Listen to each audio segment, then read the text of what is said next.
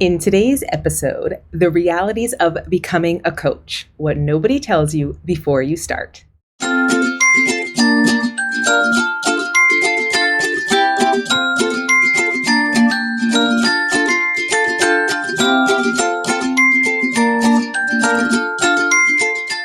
Hello, and welcome back to another episode of Coach Better Quick Tips. My name is Kim Cafino, and I'm here to help you coach better. After decades as a teacher and a coach in international schools, I founded my company, Eduro Learning, to help you embrace your inner leader and make a bigger impact in your school setting as a teacher, a coach, or a leader. I work with clients around the world through our certificate programs and private mentoring packages, and these episodes are often inspired by those powerful conversations. If you have a question you'd like to hear me answer, please leave a comment down below, join our Coach Better Facebook group, or find us on social media at Eduro Learning and send me a DM. You can find all of our resources for instructional coaches and listen to our full podcast episodes on our website at coachbetter.tv. And don't forget to subscribe to the channel here to catch all of our latest episodes here on YouTube. In today's episode, we're going to talk about the realities of becoming a coach, what no one tells you before you start. All of the things I share today are inspired by the experiences of my clients inside the Coach Certificate and Mentorship Program and in my private mentoring packages with my clients who are coaches. I truly believe that coaching is the best job ever. I love being a coach. I love the position in schools. I believe it's the key to sustainable professional growth, but it really is a complicated role to have in schools. I often say it's the messy middle because you're no longer in the classroom with really clearly defined expectations, but you're also not a school leader with clearly defined authority. You're learning and building new leadership skills that stem from your expertise as a classroom teacher and can definitely be a bridge to a leadership position, but you're kind of in a gray area as a coach. This is something that is not often part of coaching professional learning, but it is a big part of the Coach Certificate and Mentorship Program, as well as with my private mentoring clients who are coaches. The Coach is the only certificate program designed for K12 instructional coaches that includes an entire academic year of mentorship to provide personalized professional learning in a global community-driven environment. Inside the Coach, we focus on building your coaching skills along with being prepared for the changing dynamics of the role. So if you're facing any of these challenges as you're going through this video and you're listening and you're thinking, oh, that's so me, or that's totally happening to me right now, know that there is a community out there to support you, and it's in the Coach Certificate and Mentorship Program. Registration for our next cohort opens soon, so head over to edurolearning.com/coach to get all of the details. If you have any questions, please leave a comment below, hit me up in the DMs on social media, or send me an email. I am happy to tell you about the program anytime. Today, I have 4 surprises or challenges that teachers moving into a coaching role often face. And these may not come up exclusively in your first year as a coach. Sometimes these challenges can be even more present or more surprising when you're an experienced coach and you're moving to a new school or working with new school leaders. As I talk about these 4 challenges today, I'm also going to share how they might present or manifest in your school environment and what you can do to start addressing them. Of course, I'm not going to be able to solve all 4 of them in this quick conversation, but I'll be highlighting some areas to get started and how we support you inside the Coach Certificate and Mentorship Program. My 4 challenges all stem from the expectations when you move into a coaching role. As a coach, you're expected to lead without being a leader. You're expected to learn how to see the big picture of where the school is going, often without having all the pieces to the puzzle. You're still trying to inspire your colleagues, but you're expected to do it without having a class of your own. And you're still feeling like a teacher, but you're often perceived as a leader by your colleagues. If you're already thinking, oh, these apply to me, great, let's jump in. The first surprise is you may be expected to lead without being a formal leader. When you move into a coaching role, you often expect teachers to engage with you as a coach the way they did when you were a teacher. But not everyone wants to be or is ready for coaching, so you might experience some reluctance. Lots of coaches talk about the surprise they felt when they realized that not everybody wanted to be coached, and not everybody wants to work with a coach.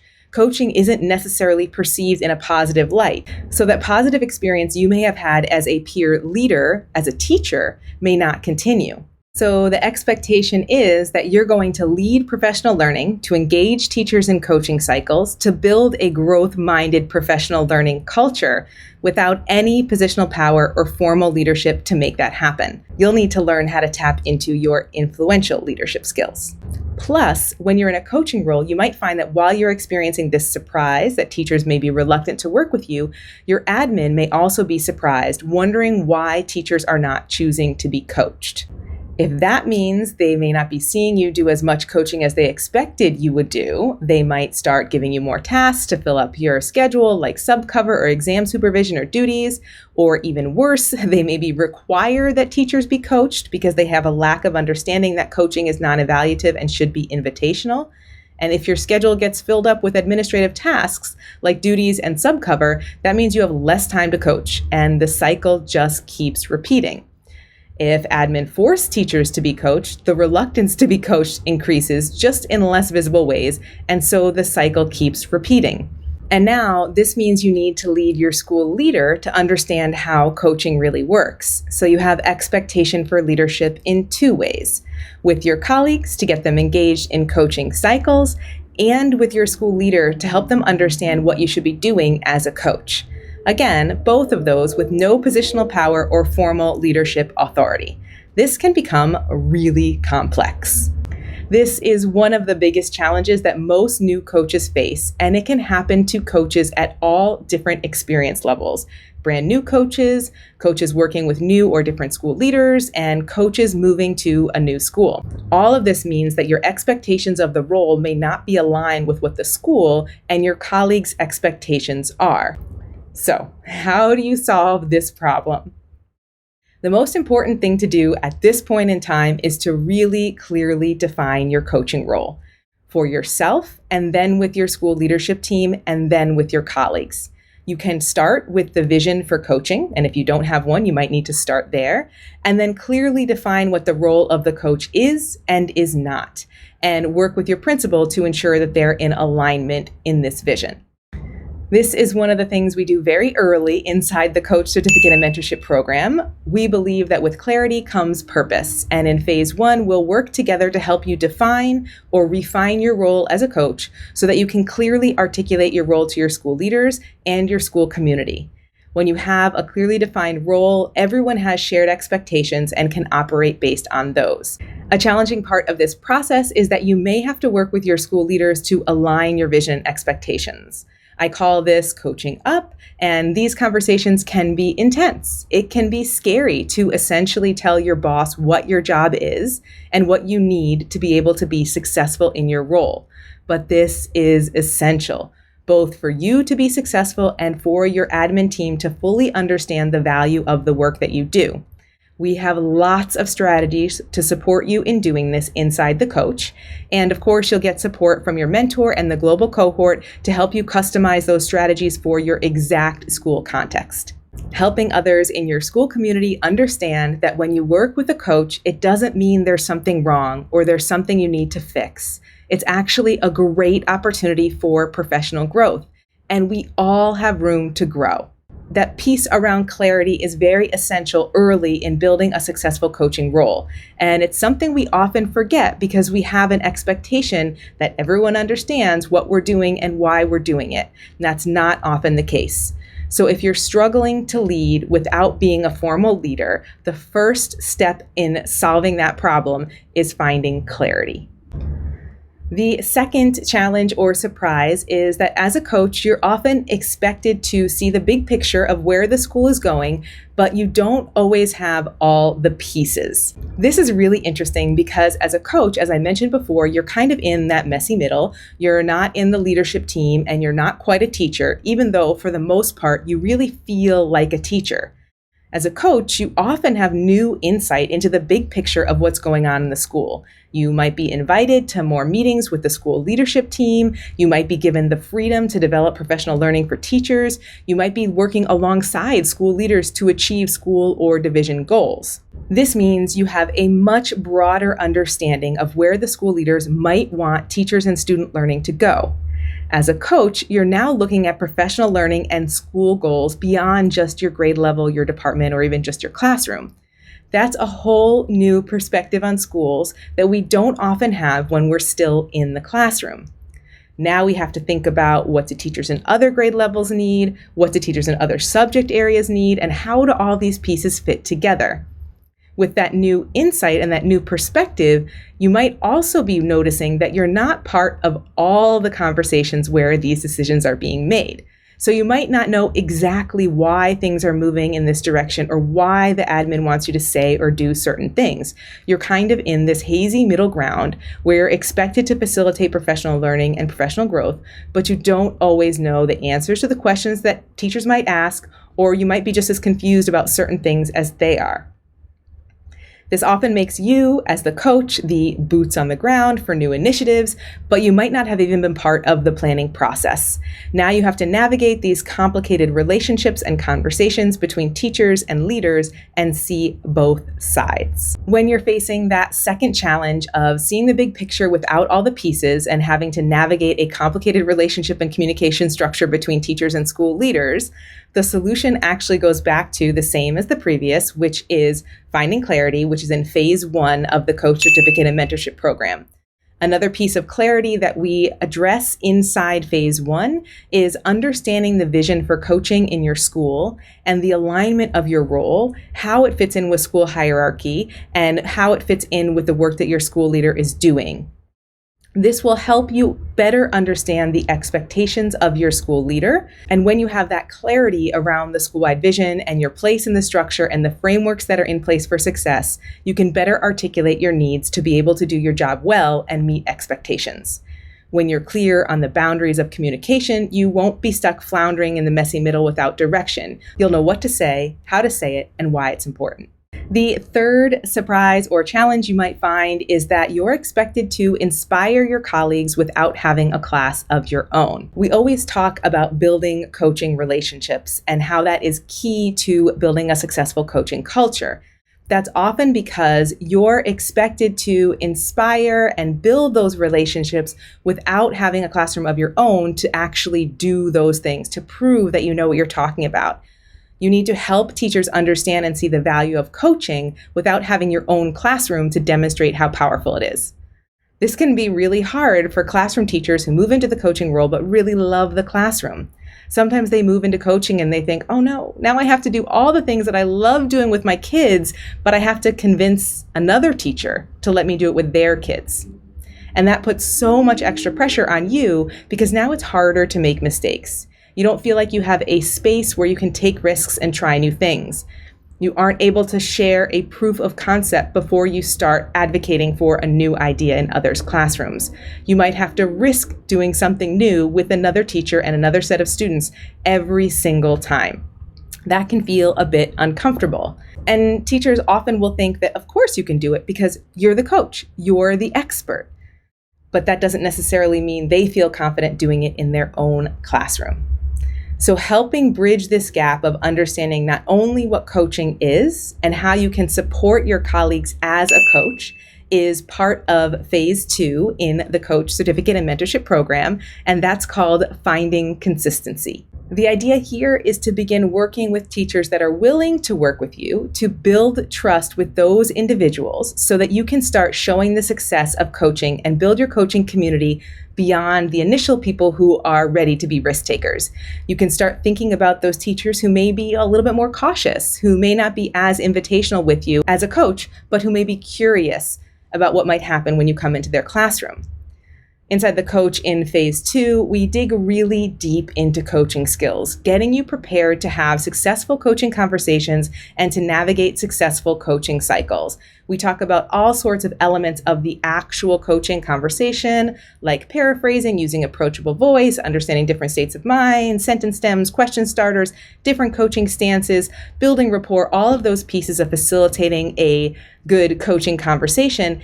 And we talk about the structures of a coaching cycle to make sure you understand how that process works and how you can adapt and adjust based on each client's needs as you're working with them. So knowing how to ask just the right question, knowing how to select just the right coaching stance, knowing how to manage all aspects of the coaching process is Phase 2 of the Coach Certificate and Mentorship Program. The cool thing is, if you're already an experienced coach, you'll also have the opportunity to reflect on what aspects of your practice are already strong and where you might need to grow. You'll be implementing these skills consistently and reflecting on how each conversation goes. Not only will you build your confidence in your own coaching capacity, but you'll also be developing a culture around coaching. You'll be helping other teachers see what coaching is and how it works. You'll be creating and defining the expectations for coaching. So those teachers that may be reluctant at the start will begin to see what they can expect so they can feel more comfortable taking a risk with you. You're building trust and demonstrating your value so that more teachers recognize the value in being coached by you. That's the beginning of building a coaching culture. My final surprise or challenge for today is that you need to be the connection between leadership and teachers and at the same time advocate for your role as a coach. Similar to being a leader without being a formal leader, you may now be having conversations with teachers and leaders beyond the scope of what you may be comfortable with. So if you were maybe head of department or team leader or really successful as a grade level or subject area teacher, you probably know really well how to communicate with your team, how to spread good ideas and contagious energy and inspire on your team. But now you're starting to bridge the gap between leaders and teachers. You're no longer in the classroom, and you're also not on the senior leadership team. You're not a formal leader. So again, you're in this gray area, this messy middle. And the hard part here is that you're not really perceived as either one of them. You're not really perceived as a teacher by the teachers, and you're not really perceived as a leader by the leaders. And that can feel really isolating. You may be used to having a team that you feel really connected with, and now you might need to work more independently. You might need to be more self-motivated and self-directed. You might not have that built-in support community because you may be the only one on your team or the only one on the team that coaches your specific subject or your specific division. And because coaching is usually a non-contact time position, it's an easy job to cut from the budget. So you have to learn how to advocate for your role, to document and share the impact you're making so others can see the value of your role. Learning how to use data to improve student learning on a school-wide level, being able to collect and analyze that data on your own coaching work so you can see what's working and what's not, and using that data to validate and retain your position actually becomes part of your job as a coach. So how do you start building this culture of coaching and being an advocate for your role when you may feel so isolated? We focus on this in Phase 3 of the Coach, Building Community. One of the strategies we focus on here is finding and building your network of support in your school community. Who are the individuals on teaching teams that are passionate advocates for coaching, that want to work with you and will spread the amazing stories about the work that you're doing? Who is your ally on the senior leadership team who's going to advocate for coaching in those meetings that you're not part of? In the Coach, we'll teach you how to intentionally and strategically start building that network, finding those connections so you can build capacity in your school and start creating or growing a positive coaching culture. Phase 3 is when all those pieces start to come together. You're feeling clear and confident in your role as a coach. You're able to navigate coaching conversations with your colleagues in all different areas of the school, and you're starting to see the impact of your work as a coach grow into the wider school community. At this point, you will have everything you need to create a thriving coaching culture, even if you may not get all the way there in just one academic year. Those were my 4 realities of becoming a coach that no one ever tells you before you start. They were that you're expected to lead without being a formal leader, that you're learning to see the big picture of where the school's going, often without having all the pieces to the puzzle, that you're trying to inspire your colleagues without having a class of your own, and that you're likely still feeling like a teacher, but often perceived as a leader by your colleagues. Are any of these something that you're struggling with right now? Or is it something that you're thinking about as you're moving into a coaching role? We talk about all of this in the Coach Certificate and Mentorship Program. And if this is something you're ready to build, something you want to dig deeper into in your coaching practice, please join us for the next cohort of The Coach. I know it's a big ask to jump into an academic year-long program without knowing exactly what you're going to get. So that's why we are sharing a sample week of The Coach for free right now. So if you want to see what learning is like inside The Coach, you want to get into our community platform, you want to see what the setup is like and get an idea of what learning might be like on a weekly basis, you can find the sample week of The Coach right now at edurolearning.com/coach-preview. Our global cohort for the next cohort of The Coach opens on November 4th. If you want to join us for the next cohort, make sure you head over to edurolearning.com/coach to get all of the details. If you're watching this after registration closes, don't worry. We open registration once a year, so there will be another opportunity for you to join and be part of the Coach community. Get all the details and sign up to be on our newsletter list at edurolearning.com/coach.